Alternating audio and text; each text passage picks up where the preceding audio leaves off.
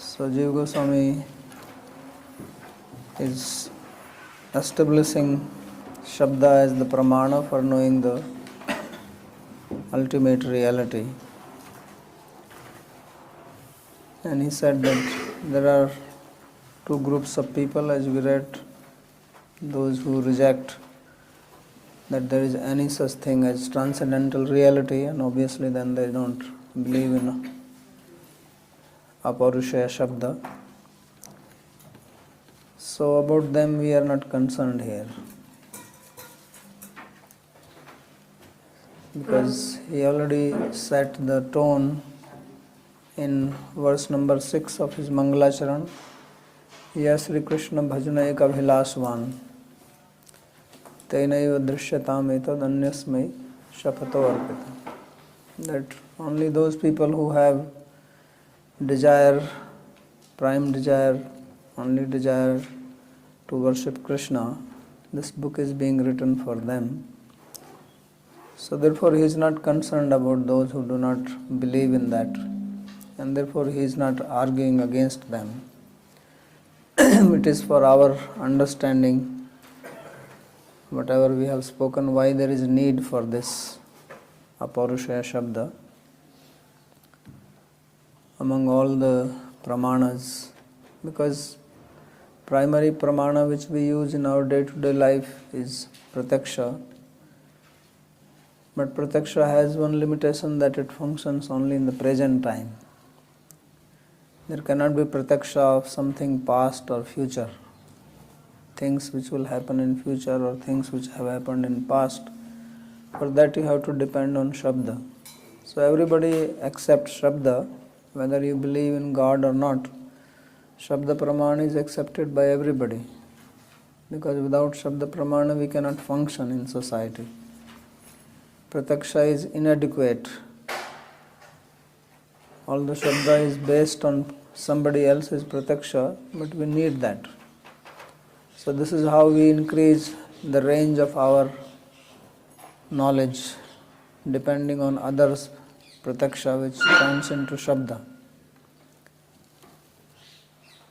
But we are concerned about Shabda which informs us about object or reality which lies beyond our sense perception, which means which is beyond the Paurusheya Shabda, which is beyond the human cognition and the verbal pramāṇa based on normal human experience. So this is basically is the gist of Anucheda 9. So now the question comes that what is this Apaurusheya Shabda? Because he talks of Apaurusheya Shabda. So what is it? We have to identify that.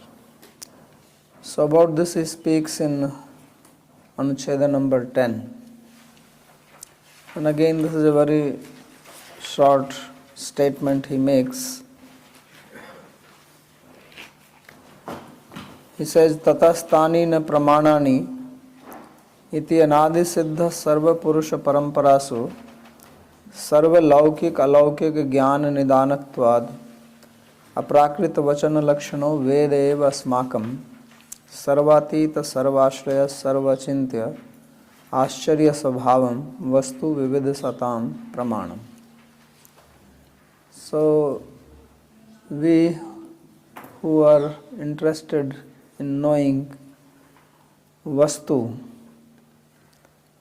Which Vastu? And he has a long adjective for that. That it is Sarva Atit, it is beyond everything, and yet it is the shelter of everything. Sarva Atit, Sarva Ashraya, and Sarva Chintya. It is beyond the grasp of human mind. Human mind cannot approach it, because mind has its limitation. It is also a product of matter, Prakriti, so it cannot know it. It's not possible, because we have spoken that to know something, one has to come to the level of that object. You have to measure it, you have to reach up to the level of that object.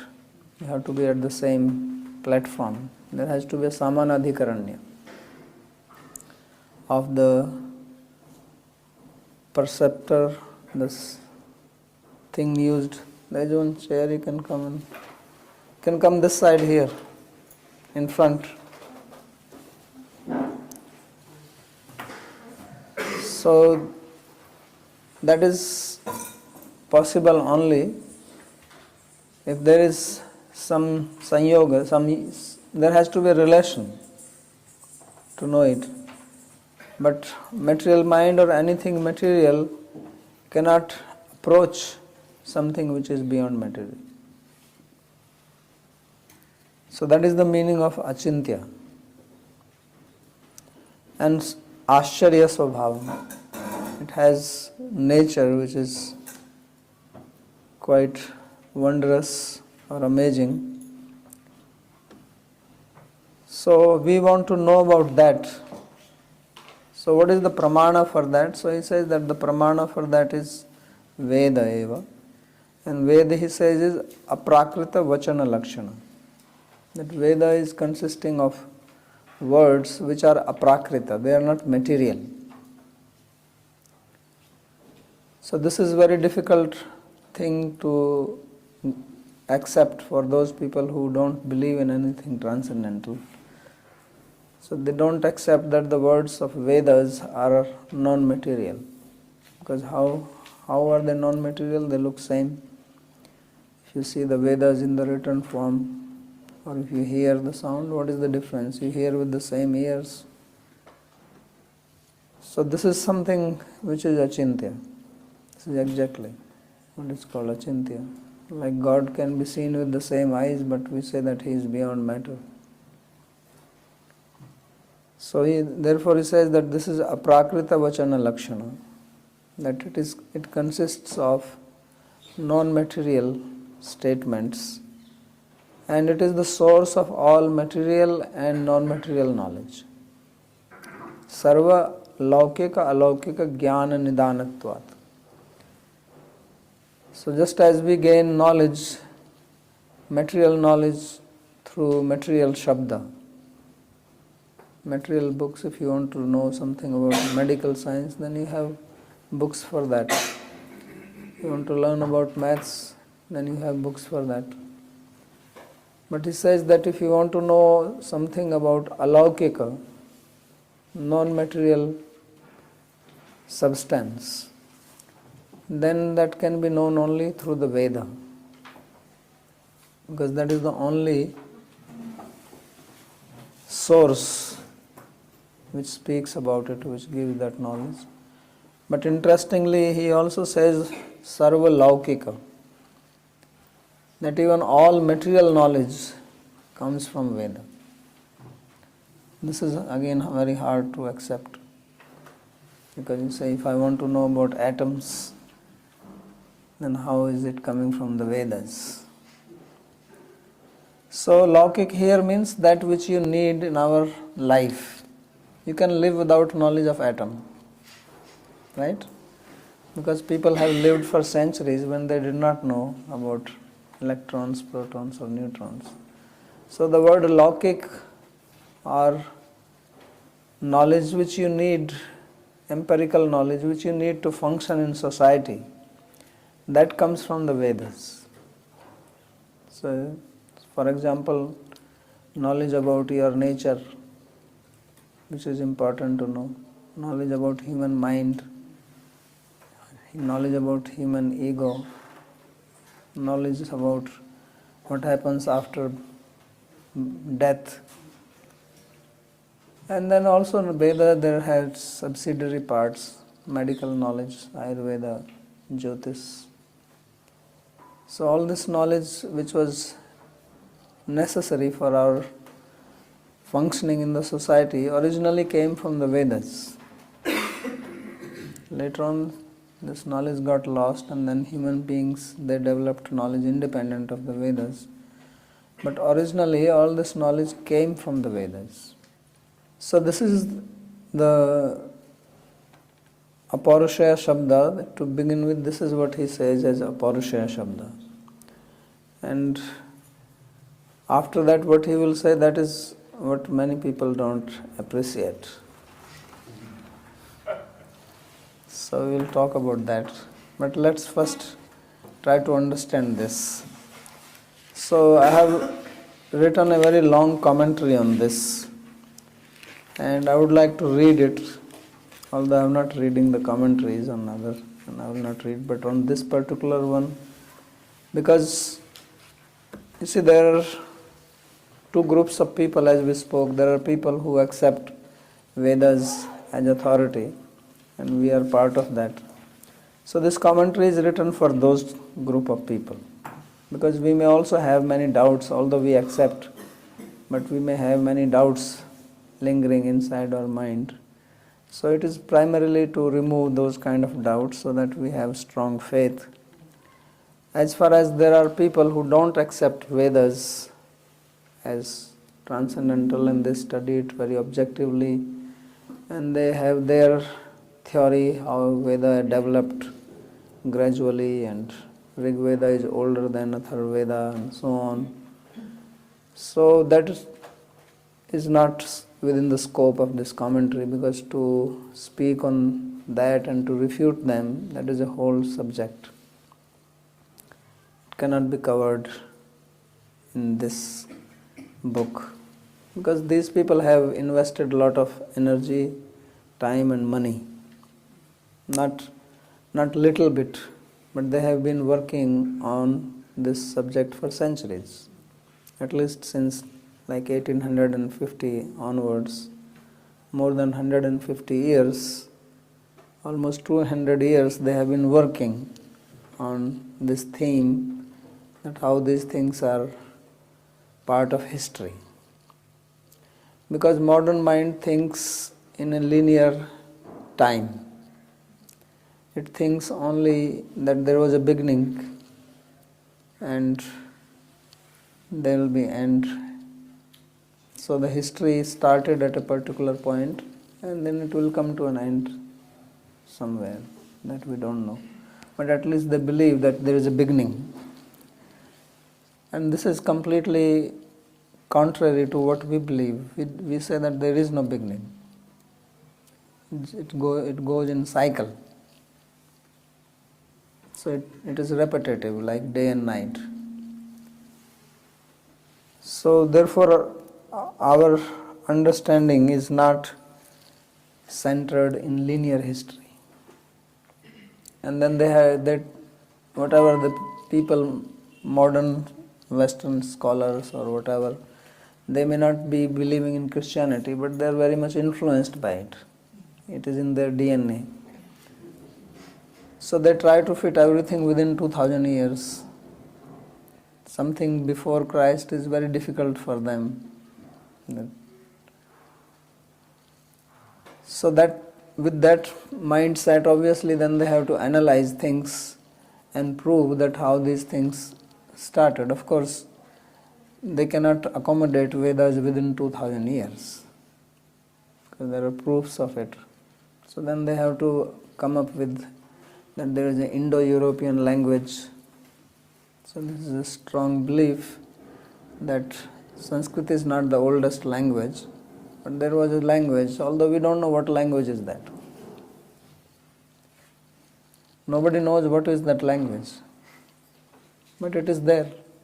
And it is from that Sanskrit came, and all other languages, European language and the South Asian languages came from that common source. Because that way, this does not have to be the oldest. And for that they have done a great amount of research and work. Really, they have spent so much money and time, and so many PhDs have been done to that. So if we have to speak against that, we have to also invest equal amount, if not more. So anyway, that is not our interest. That is not the scope of this book. And if somebody has to do that, then that is a separate field of study. It needs expertise, because first you have to understand the Puru Paksha, which I myself have not done work on that, because they have very strong logic and very strong proof of what they say. It is not just very simply that they make statements. So to refute that, one has to study all that, which takes years of study. So that is not within my capacity. Therefore, I have not touched that here. But this commentary which I have written, it is mainly for people who have some faith in Apaurusheya Shabda. So to make things more clear, why Jīva Gosvāmī is accepting this. So therefore I would like to read it, because it is important for us. So page 60. As already noted, both perception and inference depend on percepts which are limited only to empirical objects and vitiated by the four human defects.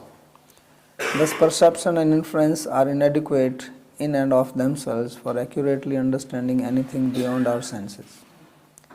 So we are not talking about the futility of perception and inference related with material objects, but we are saying that they do not have the capability to tell us anything which is beyond sense perception.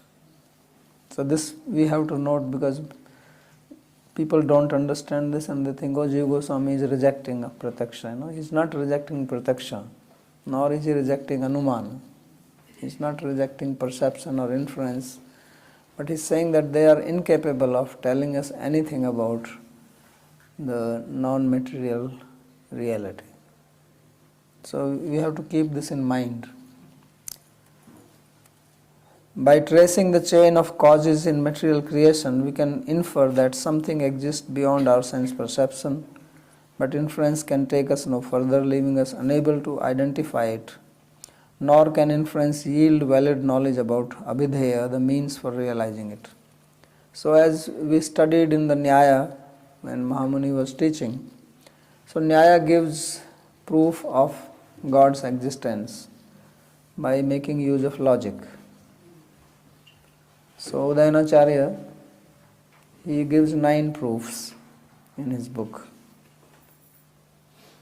So those proofs can bring you to understand that there is something which is beyond this material world. Because if you see the material world, unless you say that it was never created and it has been existing eternally, so even science accepts that it has a beginning, it has a lifespan. So if that is the case, then there are only 2 possibilities, that either it happened by itself or somebody did it. Right? So science is the opinion that there is no agency behind it. It happened. And that is not very logical actually. Because to happen things like this as we see, and happen so precisely that life can come into existence, the possibility is almost nil. So, but they still say that it happened without any agency. So, because if they will believe that there is an agency behind it, then obviously the problem will come, who is that agent? And they don't want to deal with that. That's an untouchable field for them. They don't want to even think about it. So sometimes they openly say that, well, this is not our field, this is for the philosophers to talk about. So obviously if we are open-minded, more open-minded than scientists, then we can understand that there has to be an agent for this world to come into existence. whether it happened through Big Bang or some other way, but there has to be somebody to do the Big Bang. Otherwise the question comes that why Big Bang happened and what was there before Big Bang? From where the material came for it? So these are questions which science does not like to deal with, because they are troublesome. But by inference we can understand that there has to be someone, because for every action there has to be some agency behind it, especially some action like this, that big universe comes into existence. There must be some agency, some purpose behind it. Otherwise, if it happened by itself, that means it doesn't have a purpose. And if it doesn't have a purpose, then we don't need any moral principles, because life has no meaning then. So that's why we look for a source which is beyond inference and beyond perception. So therefore he says here, it must be noted that Srila Jīva Gosvāmī is not rejecting altogether perception and inference as means of valid knowledge, but only in relation to the absolute reality. He is also not saying that they are completely ineffective. They can assist Shabda, as was stated before. We can access knowledge of the absolute only from revealed scripture, the Vedas, which are identical to or directly uttered by Bhagavan Narayana, Vedo Narayana Shakshat, and so are free from the four defects of human beings. So whether you accept or not accept, the only possibility of knowing the agency behind the universe is accepting the Apaurusheya Shabda in the form of Vedas. Because, as we will discuss later on, Veda is not authored by anybody. So this question is raised, okay, we accept Veda, so from where Veda comes? So the Vedas appeared from the Supreme Lord at the dawn of creation, a fact confirmed in the Svetasvatar Upanishad. That Supreme Deity created Brahma at the beginning of creation and delivered the Vedas to him. Yo Brahmanam Vidadhati Purvam, Yo Vai Vedanscha Prahinoti Tasmai. So, on this, of course, one can raise objection that this kind of explanation has defect. In Nyaya, there are various types of defects. So, one of them is called Swashraya or Anyonya Ashraya. That we are trying to prove the authority of the Veda, but now we are taking shelter of the Veda only to prove that. So this is called Swashraya dosha. That you are trying to prove something, and then how do you prove? By taking support which has not been proven. So we want to prove the authority of the Veda, and then to prove that we take the help of Veda, but we have not proven that Veda is authoritative. So this is called Swashraya dosha.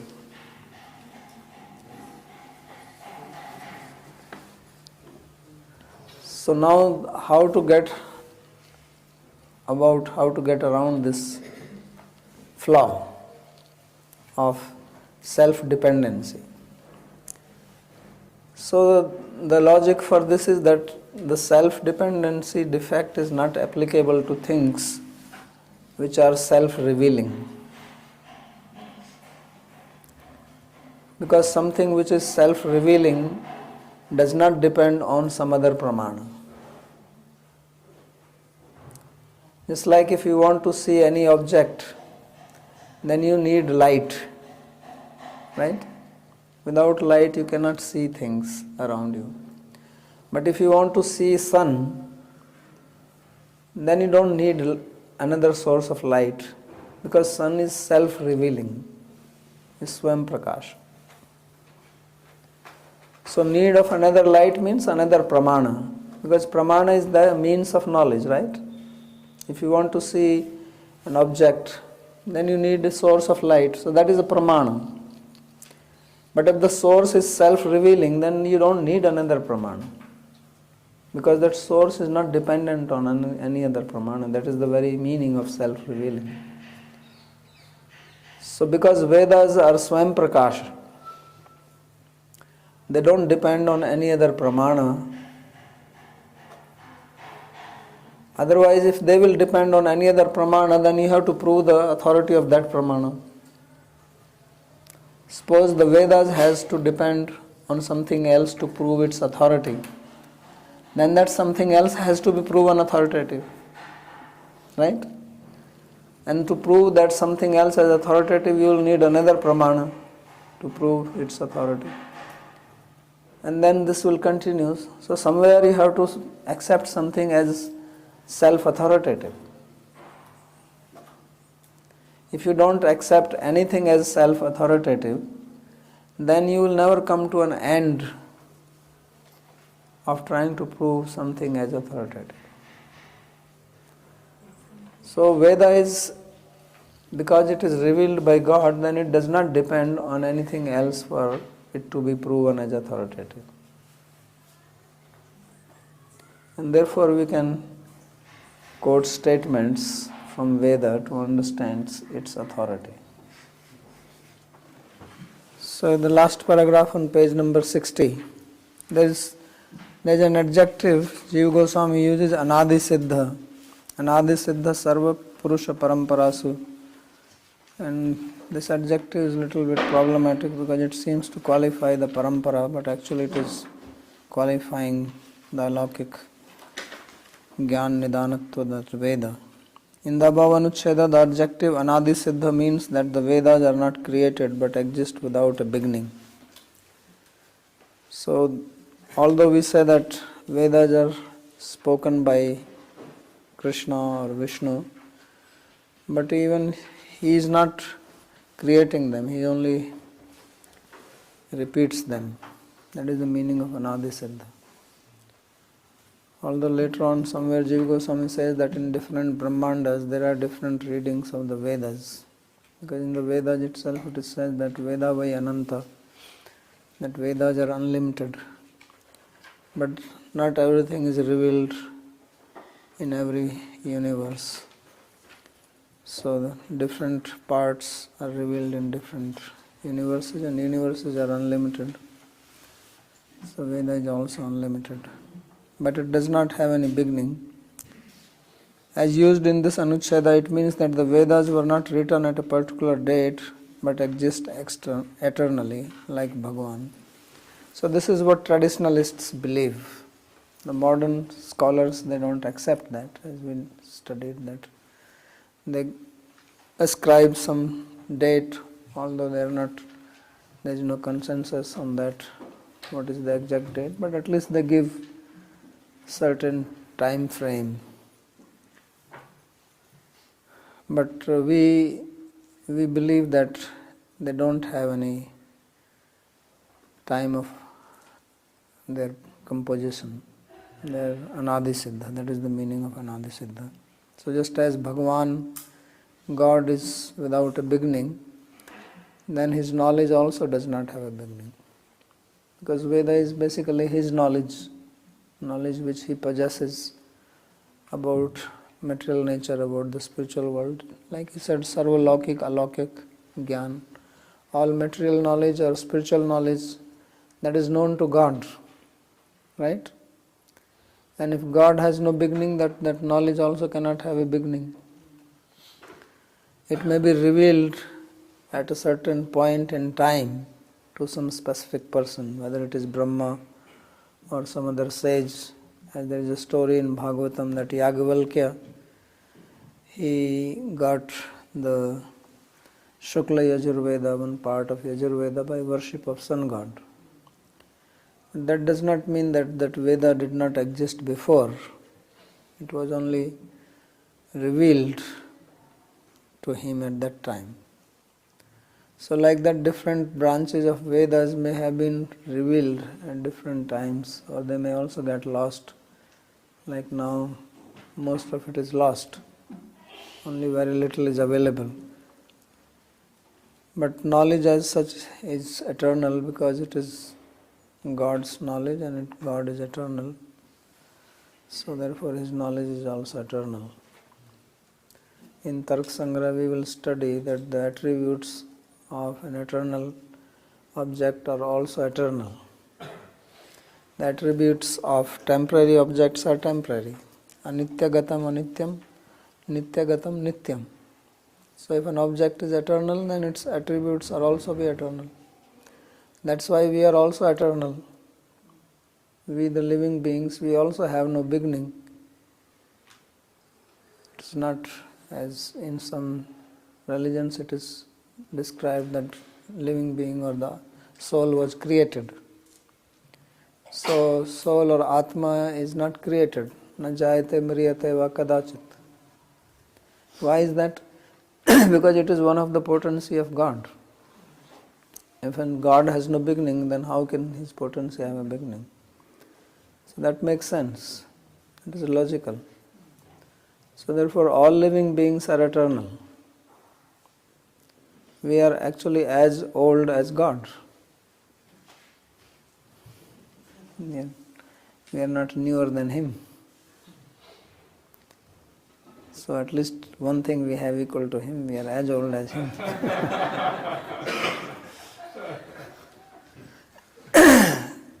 So, and also His knowledge is same, because His energy is, knowledge is also one of His energy. So it also has no beginning. And then it manifests here in the form of Veda. Tene Brahma Hridaya Adi Kavaya. Right? He revealed this knowledge in the heart of Adi Kavi. So Brahma means the Vedas. The Vedas was revealed through the heart to Adi Kavi, who is Brahma. So revealed through the heart means that there is no question of confusion. When it is revealed through the ear, and if your mind is not there, then you may miss something. But if it is revealed inside, then you cannot miss it. So Tene Brahma Hridaya Adi Kavaya. So through the heart He revealed.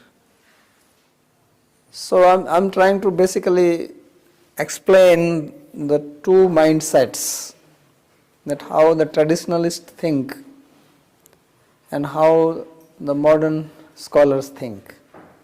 So there is a vast difference between their thinking. So traditionalists like Jīva Gosvāmī and followers of him and other acharyas like this, they have a totally different way of looking at Veda. So you can take it as blind faith or think that they actually have some realization about it. That depends on where you stand. And the non-traditionalists, they think that this is all humbug. Yeah, they seriously think like that. Because they cannot believe that how something can be eternal.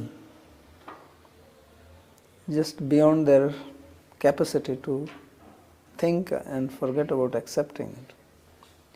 Because they have a different mindset. So then the Vedas provide both material and spiritual knowledge. That is one thing which Jīva Gosvāmī says, which is also like, sounds like quite dogmatic. He said, Sarva Laukik Alaukik Gyan Nidanatvad. So now in 21st century, anybody who reads this, that Vedas give all material and spiritual knowledge, he is going to say, well, he wrote 500 years ago. He did not know that science is going to reveal so many things. So this doesn't have any meaning now. Right? So, of course, originally all the knowledge came from the Vedas. Because as you know that Vedas, they had Upavedas also. They had the secondary part of the Vedas which gave practical knowledge like Ayurveda and Sthapatya Veda, Gandharva Veda. So, all this knowledge about engineering, knowledge about medical science, knowledge Jyotirveda, knowledge about astrology and astronomy, knowledge about music, art, dance. All these knowledges originally they came from the Vedas. So, and this was certainly true till the time of Jīva Gosvāmī. So now of course we say, well, this is not true anymore. Right? Because we have so much more material knowledge which you cannot find any trace of it in the Vedas. So let's read. The Vedas provide both material and spiritual knowledge. Knowledge about such common phenomena as the trees, water, land and sky originally came from the Vedas, along with knowledge of the divisions of duties for varna, various people according to their psychophysical nature. As Manu Samhita says, Brahma learned the names of all objects and the duties of various classes of people exclusively from the words of the Vedas, and thus in the beginning of creation he could bring forth the numerous manifest forms to which the names and duties correspond. So, sarvesham tu sanamani karmani cha prithak prithak ved sabdebhye vado prithak sanstha cha nirmame. So this is the traditional belief that God gave the Vedic knowledge to Brahma, who is considered as the creator, secondary creator, and then he is the one who produced things, and he had his own children whom he produced from his mind, and then he educated them. So he is the one who gave them knowledge, he is the one who taught. Just like when a child is born, you have to teach him this is nose, this is eye, this is ear. So Brahma actually gave this knowledge to his children, which he got from the Vedas. And then any other knowledge, whether it was about the society, about the Arthashastra, how to rule and how to function in the society, medical science, all that came from him. So that's what Jīva Gosvāmī means, that all material and spiritual knowledge originally came from the Vedas. And now human beings may discover many other things, but originally it came from there. So at the beginning of creation, knowledge about various arts such as music, dance, singing, sculpture, science, engineering and medicine was obtained from the Vedas. So therefore in the Vedas also, Puranas, you find sometimes some mention of these things, that there are aeroplanes or there are buildings, high-rise buildings. So that kind of knowledge existed. But the difference was that that knowledge was also not available without following the Vedas. Now if you want to become an engineer or wants to become a medical doctor, scientist, then you don't need to believe in God or you don't need to follow any moral conduct. It is secular. But originally even the Asuras, they also followed. They also studied Vedas, whether it was Ravana or Hiranyakashipu. They all had studied. And even the power which they had, material power, this was coming from the Vedas. They performed austerities, then they got blessings of some sage and then realized. So one of the reasons many times you see that in the Vedas or in the scriptures, sometimes things are not said directly. Why this Vyanjana Vritti is used or things are hidden. So the reason is that so that unqualified people don't get this knowledge and misuse it. So one has to understand, one has to go to the Guru and follow the discipline. And Guru used to test, that's why it is called Adhikari, means a person eligible. So eligibility, one of the eligibility was that person will not misuse the knowledge. So when we read Ekadashi, there are many rules of following Ekadashi and Vratas. Why these rules are there? So that if you don't follow it properly, you don't get the power. See how Ambarish Maharaj, he was very meticulous about breaking the fast. That's why the whole trouble came. So people used to do that, and this used to give them power, even material power. So to hide this from the Asuras, certain passwords were put in. Yes. So that's why one has to go to the Guru, and then Guru reveals that password. And then one can. Otherwise all the mantras are available now on internet, everything is available. You can go on internet and you can get everything. The Google Guru. But you cannot get this type of power by that because you don't know the password. So it is an open book, but still it has password in it. So originally the knowledge came, but that knowledge was, whether it was art or dance or music, if you still see the classical music, classical dance, classical arts, they're all related with God, God-centered. Because the whole idea was that our life is meant to come to worship God. So if you read Natya Shastra of Bharat Muni, then he gives the whole history, why this Natya Shastra came into existence and what is the purpose of it. So it is later on when India came under the rule of Muslims, then this music, especially music and dance, they were brought to the court. Originally it was not in the court, it was in the temple. Because it was all meant for seva, for service of God. It was part of bhakti. Whether it is Ras Shastra or any other Shastra. So that's what he means by that.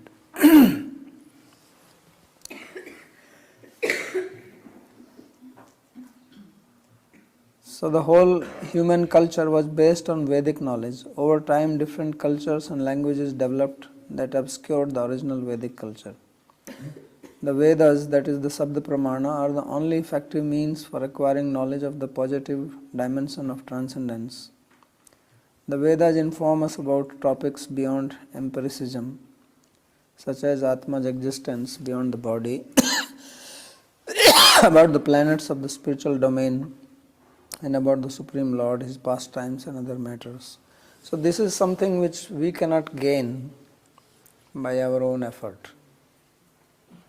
And even empirical knowledge, we cannot gain it perfectly without the help of the Vedas. We know that there is crisis all over the world, all the time. Because even to live in human society, if you don't have the complete picture, if you don't understand the purpose of life and purpose of this whole universe itself, and you just make everything based on consumerism, then it may work for a short period, but ultimately it is going to backfire. Because the world is not designed like that. Krishna says, Evam pravartitam chakram nanu vartati hai, aghayur indriya rama mogham partha sajivati. So he says that he has set up a cycle. That means you live in the society, you have to do yajna. You have to live a life of sacrifice and not a life of enjoyment.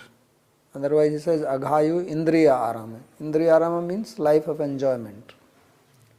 So he says such a person, Mogham Partha Sajivati. He is living in vain, uselessly. There is nothing which he attains. He cannot even enjoy. Because really speaking, people don't even know how to enjoy. Enjoyment, if you enjoy in a way that you mess up your life, health or your wealth, then it's not enjoyment. So even if you want to enjoy, you learn it from the Vedas. That's why they have dharma, artha and kama. Kama means enjoyment. So there is no other culture, no other religion in the world which has Kama Sutra. They even tell you how to enjoy sex. In many ways we can enjoy. So people don't even know how to enjoy sex. They may have so much pornography, but actually they don't know how to really enjoy. So even that knowledge also comes from the Vedas. And Krishna himself says in Bhagavad Gita, Dharma viruddho bhuteshu kamo asmi bhartarshava. So that is the meaning, that he is the source of everything. Aham sarvasya prabhava. So source of everything means source of anything beneficial. Otherwise you can do things in a secular way or asuric way and then face the consequence. So this is what Jīva Gosvāmī means, that sarva laukik alaukik jnana nidanatvat. This is what he means. That even if you want to enjoy materially, even that knowledge comes from the Vedas, because you actually don't know how to enjoy. Even that is not known. Because to enjoy you need to have good health. Otherwise, if you enjoy and you mess up your health in the process, which is happening, then that is not enjoying.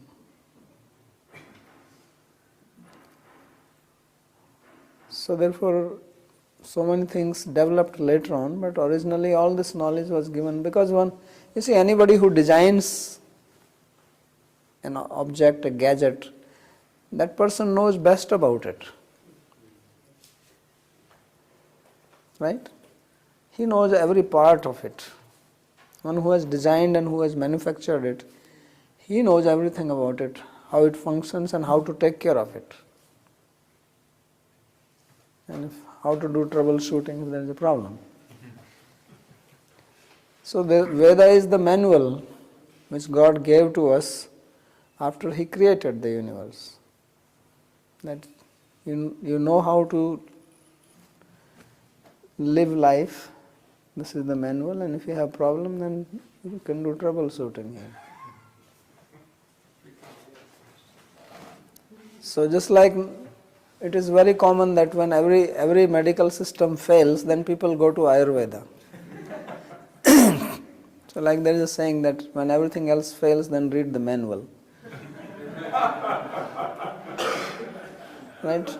If you are having a problem with your computer, then first you try yourself.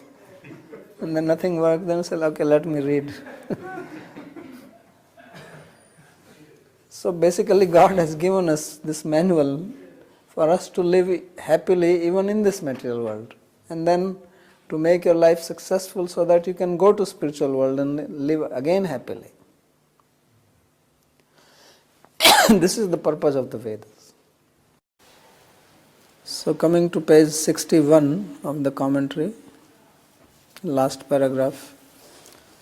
All orthodox schools of Indian philosophy, whether dualistic or non-dualistic, consider the Vedas to be transhuman in nature, Apaurusheya.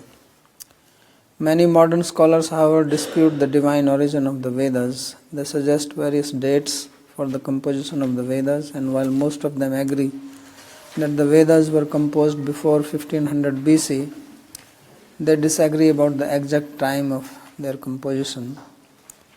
They have yet to arrive at a definitive conclusion. Here Srila Jīva Gosvāmī says that the Vedas are beginningless and the source of various kinds of knowledge coming down through many schools of thought since time immemorial. The phrase Sarva Purusha, all persons, indicates that the knowledge was passed on not only by human beings but also by superhuman beings, such as the Devas and divine sages. So that is the meaning of Sarva Purus Parampara.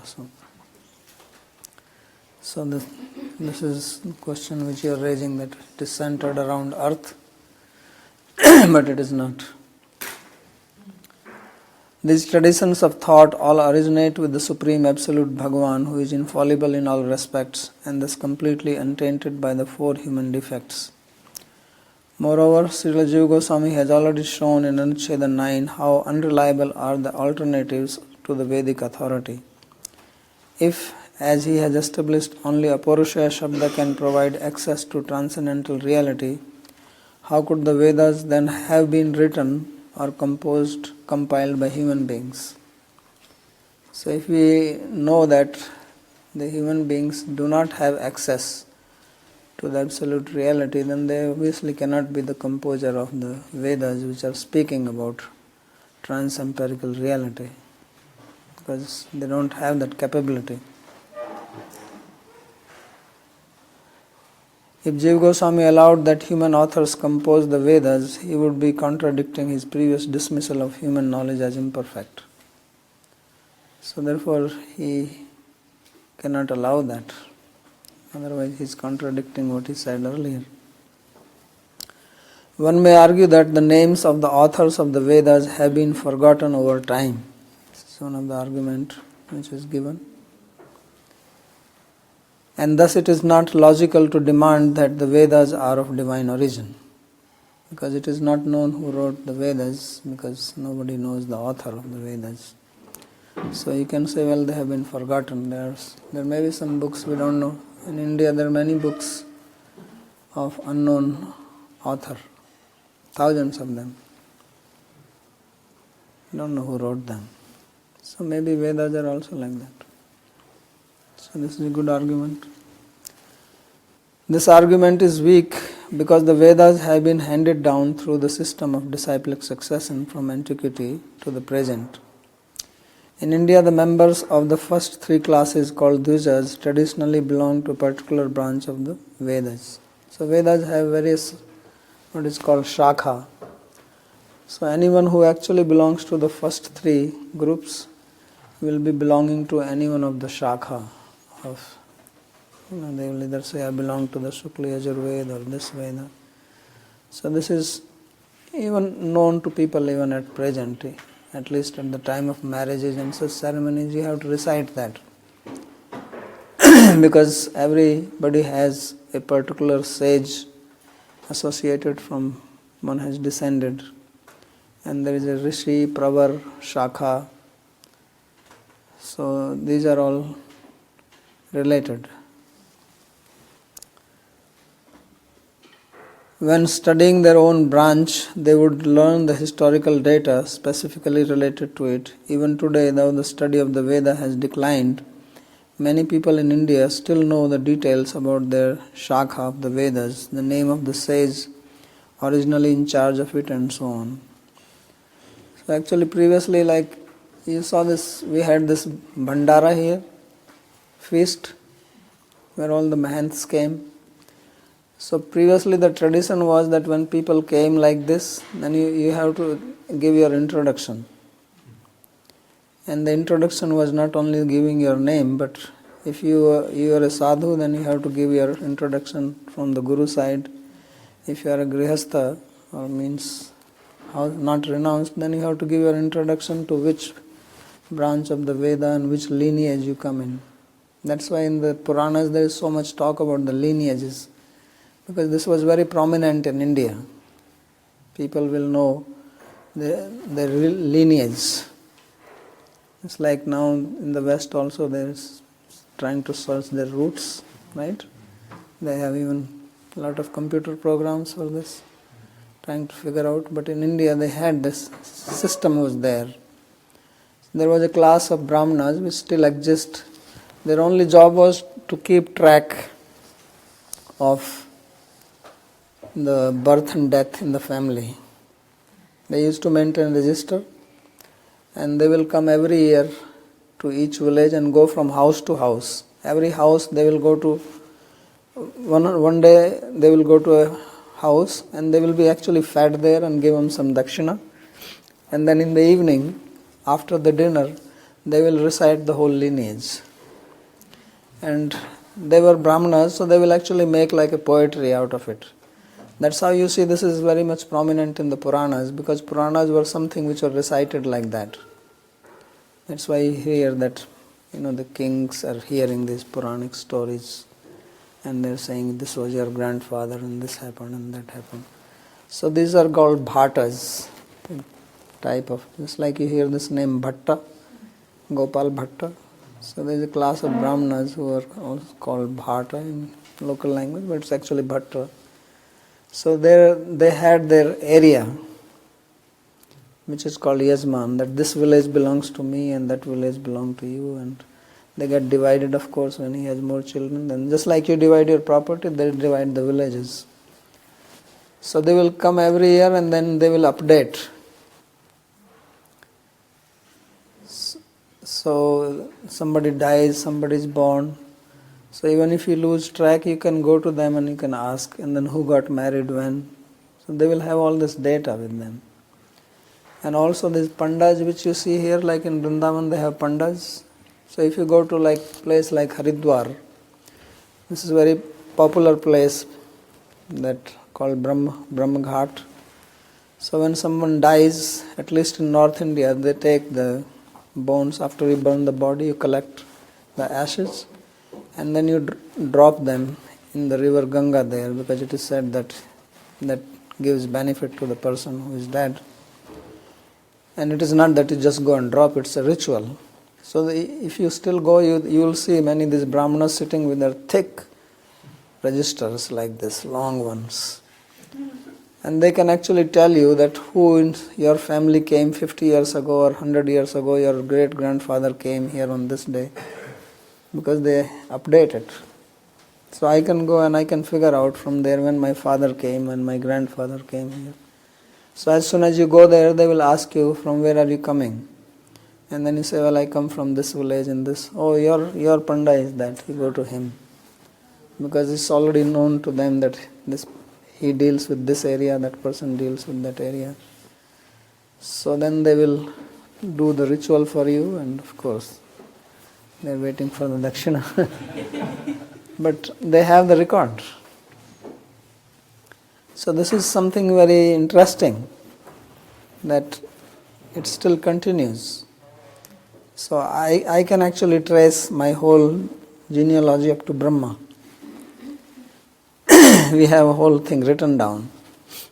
Of course, most now there are only prominent names, but the later ones you have everybody, but if you go beyond certain period, you only get the prominent names.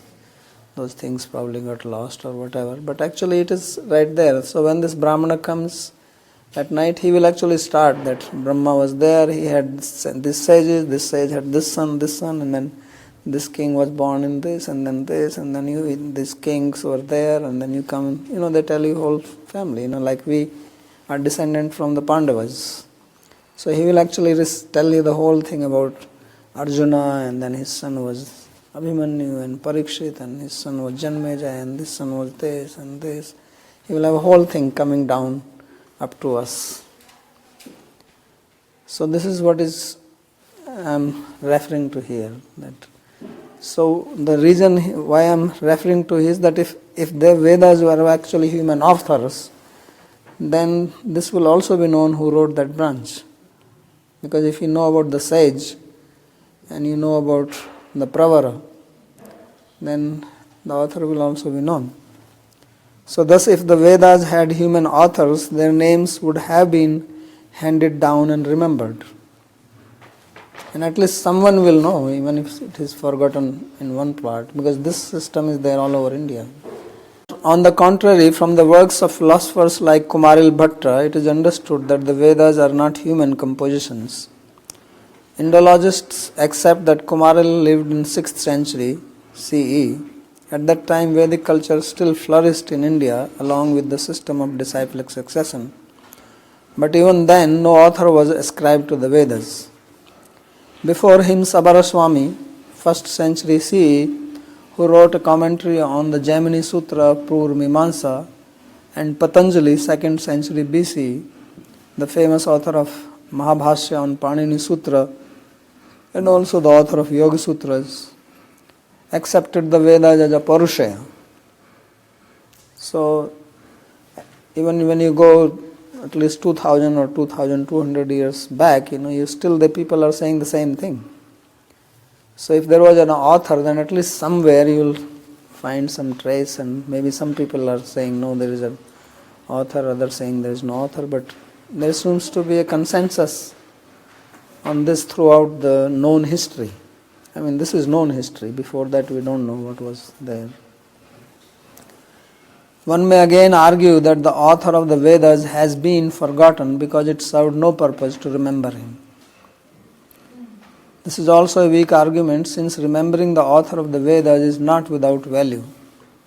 As stated above, while engaged in Vedic studies or sacrifices, one recites the names of his shakha, branch, gotra, lineage, pravara, subdivision, rishi, sage, and so on.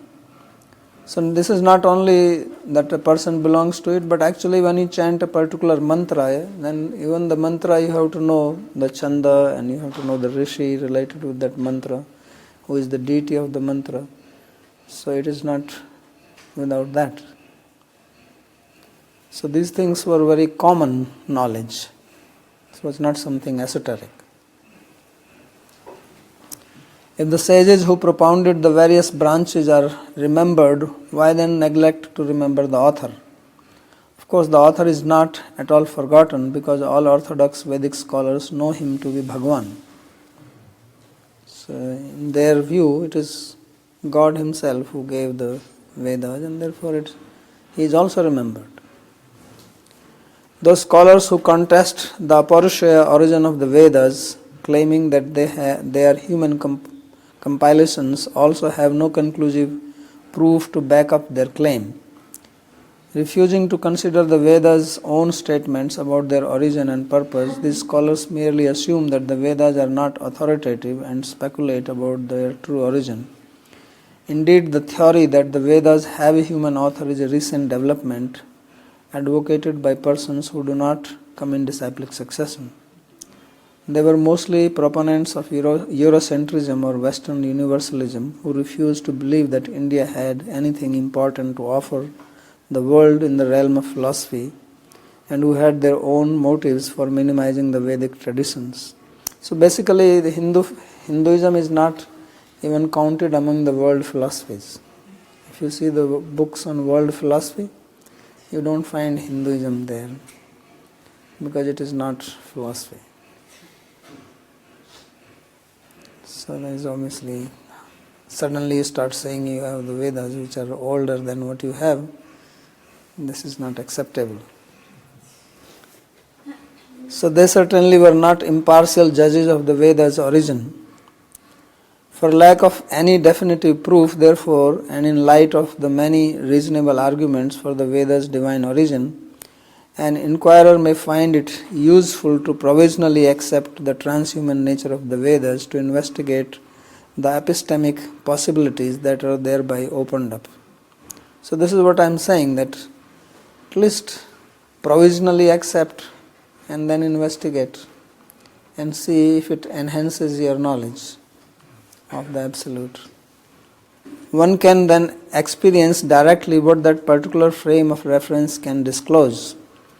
It is suggested here that what is gained thereby is an all-perspectival view, inclusive of the human and the phenomenal, yet transhuman and transphenomenal in a sense. As demonstrated in the previous Anucheda, a human being's perceptions and cognitions cannot approach that which is imperceptible and inconceivable, and thus if the Vedic revelation is indeed valid, it is not even theoretically possible that the Vedas could have been composed by human beings. Because those people who compose the Vedas, then you have to explain that how is that they are talking about something trans-empirical. I mean, how is that they are getting these ideas? What is the source for that? How is that they can talk about God or Vaikuntha or any of this thing? So that has to be also considered, because at least what we have studied in the previous Anucheda, human beings don't have that ability, and scientists will agree with that. These are my arguments. They may not be very convincing, but at least I have tried to put up something. So in addition, great scholars and saints like Patanjali, Gautama, Kannada, Kapila, Sabar Swami, Shankaracharya, Madhvacharya, Ramanujacharya, Kumaril Bhatta, Rup Goswami, Jīva Gosvāmī, all these people have accepted the Vedas as Apaurusheya and eternal. These exalted authorities are famed for their non-attachment, wisdom and selflessness. So this is one of the things that these people certainly did not have any vested interest. They were not after money or power or position or anything like this, which is rare to find in the scientific community. Like I was watching this video and he's saying, this double slit experiment which Prashant has sent. So this scientist was questioning that this thing was in 1920, this double slit experiment. And he says, why nothing has been done till then? We are still at the same place. So he says, well, this does not attract much funding. So that means you also do things which is going to give you funding. And if some people can fund you to prove that Vedas are not Apaurusheya, then you will take up that. And there are people who want to fund like that. Another consideration, and an important one, is that the Vedas themselves repeatedly enjoin that one who aspires to know the wisdom of transcendence must first approach a guru in disciplic succession. Vedic knowledge is verifiable. It is not just a collection of abstract ideas. But to realize the truth of Vedic knowledge, one must approach a genuine teacher. Modern scholars, however, flout this requirement, all the while considering themselves authorities on Vedic knowledge. In reality, by not applying themselves to this knowledge in the prescribed way, they ensure that the door to its mysteries will ever remain locked for them. The attempts of these helpless scholars to understand the Vedas without a profound personal commitment to an authorized teacher and discipline is like the effort to reproduce a scientific experiment while willfully neglecting the key steps in the procedure. Right? So just as in the science, if you want to verify something, then they have a procedure. And you say, well, this step I am not going to take. Then obviously you don't get the result, and then you say, well, this thing is not true. So basically their claim is something like that there is a procedure to verify this, and you have to follow the system, but you don't want to follow, and then you say, well, this is not really true. Their labor is futile, and their analysis and appraisals are inconclusive. To believe that one can know reality by studying it objectively is a myth. This myth was propagated by science and has lost its steam in the field of quantum mechanics. And this is a quote which I read earlier also. Dr. Rupert Sheldrake puts it aptly: sciences are human activities. The assumption that the sciences are uniquely objective not only distorts the public perception of scientists but affects scientists' perceptions of themselves. The illusion of objectivity makes scientists prone to deception and self-deception. It works against the noble ideal of seeking truth. So this is a very strong statement and very true. By contrast, the great Vaishnava Acharyas all became Vedic authorities by virtue of their scrupulously following the injunctions to submit to a teacher coming in disciplic succession. So you have to follow the Anusasana. That's why even Patanjali, when he writes the Yoga Sutra, he says, Atha Yoga Anusasanam. He says, now I am going to give you the discipline of yoga. So if you don't follow the discipline of the yoga, if you don't follow yama and niyama, and then you go straight for samadhi, so what can we expect? So he says that this is the anusasana, this is the discipline you have to follow if you want to see the result. But if you miss some step, then you are not going to get to the end result. It's not possible.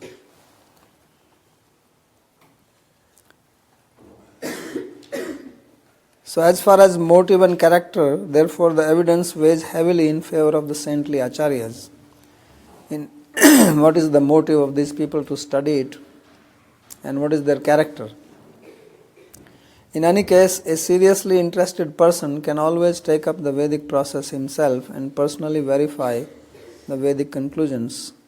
Granted, this requires some effort, and it is of course much easier to offer glib speculations denying the Vedas' authority than to discipline oneself and follow their instructions. So this is where the problem comes actually. This is the root cause of this problem, that to have the verification of the Vedic truth, you have to change yourself. And that we are not willing to. If you are not willing to change yourself, you cannot have this verification. So then obviously if you cannot have this verification, then you are not willing to accept that. So then you have the other alternative, that you study it objectively and then you come up with your conclusions. So that's what is happening. Ultimately, however, the Vedas' scholarly detractors can never prove their claims, because they are also not unanimous about the various regions. There are arguments and counter-arguments. Just like this Aryan invasion theory, there are 360 theories of that. It's not just one theory. So many of them. So even if someone proposes that just as modern science is evolving, the Vedas also evolved over a period of time, then the question arises, why in recorded history have people stopped making further refinements in the Vedas? So if the Vedas indeed have a human source, they should have been revised and improved over time. So this is one argument I am giving, that like any other book gets revised. There are new editions, books of physics, chemistry, all this. And new improved versions should be available, but this is not the case. Rather, north or south, east or west, the same standard readings of the Vedas are found, and no older or newer versions are seen anywhere. The Vedic saints have developed a meticulous system for protecting the word order of the Vedic texts. Changing even a single syllable is considered criminal. That the Vedas are rightly called Shruti, that is, which is heard from a guru unchanged with proper intonation and accent of the syllables. So, the Vedas are unique. Can one imagine that in a particular field of science or art, we could reach an apex in knowledge and produce one standard book accepted by all, making all other books in that field obsolete? Is it conceivable that no one would make any further changes or additions to such a book, and that this book would become worshipable for the people interested in that field? The reasonable, unbiased answer is no, and yet this is precisely the case with the Vedas, for they are free of defects, having emanated from the perfect source Bhagavān. And if someone were to reply yes, there could be no bias for debate over the authority of the Vedas. In addition to the spiritual knowledge they contain, the Vedic literature has reference to many modern scientific achievements. The Vedas have sections on astronomy, medicine, yoga, music, drama, dance, algebra, civil engineering, and so on. The list is long indeed. Even if you study even Mahabharata, the amount of topics, the number of topics which are covered in it is quite amazing. And that's why Vyāsa makes a very bold statement. He says, what is not in Mahabharata is not to be found anywhere. And what is to be found anywhere, you can find it in Mahabharata. The language may be different, but you can find some story related with any scientific achievement. There are all types of stories.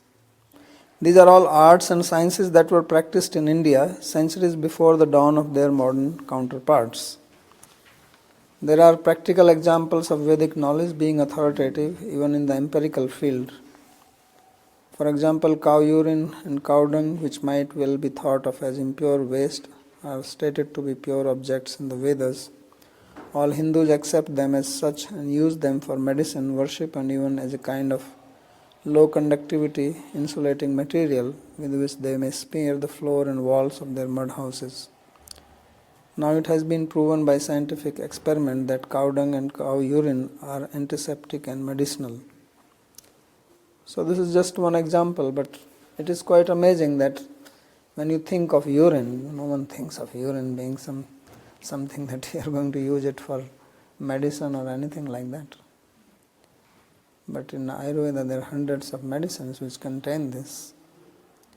And for Western mind it may sound a little bit appalling, but for Indians it doesn't make any problem. Cow is passing urine, we go and touch and we put it on our head. But you cannot think of doing this with a dog urine.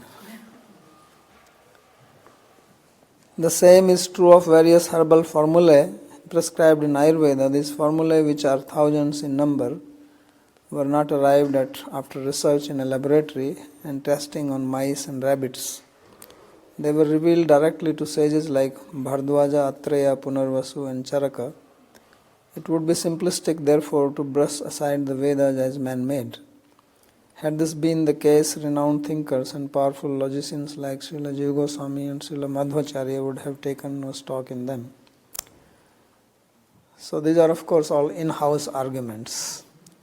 You cannot speak like this to an outsider. So I already said that this commentary is not to refute them. For that you have to do some other work. Still one may question the eternal nature of the Vedas, since the only supporting evidence comes from the Vedas themselves. In logic, citing evidence that relies on itself for proof of legitimacy is called self-dependent on swashraya reasoning, and it is unacceptable. The Vedas may thus appear tainted with this defect of swashraya, or begging the question, relying on themselves to establish their own authority. Circular reasoning would be a serious defect, but a closer look shows that the Vedas are an exception to this fallacy. So I already spoke about it. That the Vedas establish their own authority is not a defect, rather it is logical and sensible. It simply affirms their absolute transcendental nature, since if some other source were needed to confirm the authority of the Vedas, the authority of that new source would surpass that of the Vedas. In such a case, an inquisitive person would be obliged to discard the Vedas and begin all over again, analyzing the new source's authenticity. So before long, this new source would need confirmation from yet another source. This could go on ad infinitum. But the absence of such a superior source for confirmation shows that the authority of the Vedas, as Apaurusheya Shabda pramāṇa, is final. Logically, therefore, no other pramāṇa can substantiate the Vedas. So it's just like saying about God, that the question can be asked, well, who created God? So then, if you answer that who created God, then that person will become God or superior to God. And then obviously you have to ask a question, who created that? Because if that person is not created, then you can stop at God also. So then you can go on asking this question and there will be no end to it. So somewhere or the other, you have to stop the buck. So that is also with the pramāṇan, that it has to stop somewhere, otherwise there is no end to it. Of course, the uncomfortable problem is that why it has to stop at the Vedas, and not some other thing. And that is why the Vedas are traditionally regarded as mother. So in India, Shrutis are also called mother, Shruti Mata. When a person wants to know who is his father is, he cannot find out by direct perception, inference or deduction, because these days you can do DNA test. To know the identity of one's father, one has to accept his mother's testimony. That is the simplest thing. Of course, these days even mother may fail.